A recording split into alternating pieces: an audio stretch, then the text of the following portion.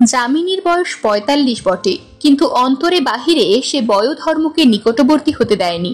তার হাবভাব, চালচলন ও কথাবার্তা সব তরুণের মতো। এমনকি চেহারা দেখলেও তার বয়স ৩৫ বৎসরের বেশি বলে সন্দেহ হয় না। তার এই তারুণ্যই আকৃষ্ট করেছিল সদানন্দ বাবুকে, এবং সঙ্গে সঙ্গে সম্ভবত মন্দ্রাকেও। অন্তত মন্দ্রা যে যামিনীকে পছন্দ করত এটুকু জানা গিয়েছে, এবং তারই ফলে আশান্বিত ও উৎসাহিত হয়ে যামিনী সদানন্দ বাবুর কাছে তার জামাতা হবার বাসনা প্রকাশ করে।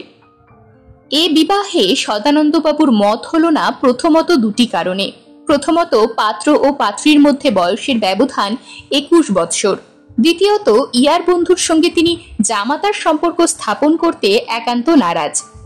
এই মতের অমিলে কিন্তু মনের অমিল হলো না, বজায় রইল বন্ধুত্বের সম্পর্কটাই।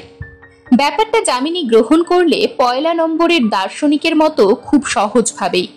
সদানন্দবাবু বাজারে মন্দ্রার যোগ্য পাত্র অন্বেষণ করতে লাগলেন, কিন্তু দুর্ভাগ্যক্রমে পাত্র আবিষ্কার করবার আগেই ইহলোক থেকে তাকে বিদায় গ্রহণ করতে হয়েছে। গেল হপ্তার ১৮ তারিখে সদানন্দবাবুর মৃত্যু হয়েছে। স্বাভাবিক মৃত্যু নয়, তিনি মারা পড়েছেন আততায়ীর অস্ত্রাঘাতে। অস্ত্র একখানা ছোরা, অদ্ভুত ছোরা। ধরণীবাবুর মুখে শুনলাম এরকম ছোরা কখনো বাজারে আসেনি।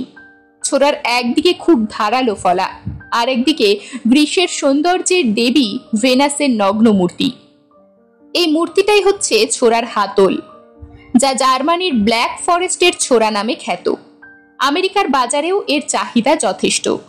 শিকারীরাই এই ছোরা ব্যবহার করে। সদানন্দবাবুর বুকের উপরে ছোরাখানা বিদ্ধ অবস্থায় পাওয়া যায়। হত্যাকাল হচ্ছে রাত্রি ৯:৩০। ঘটনাস্থল হচ্ছে সদানন্দবাবুর শয়নগৃহ।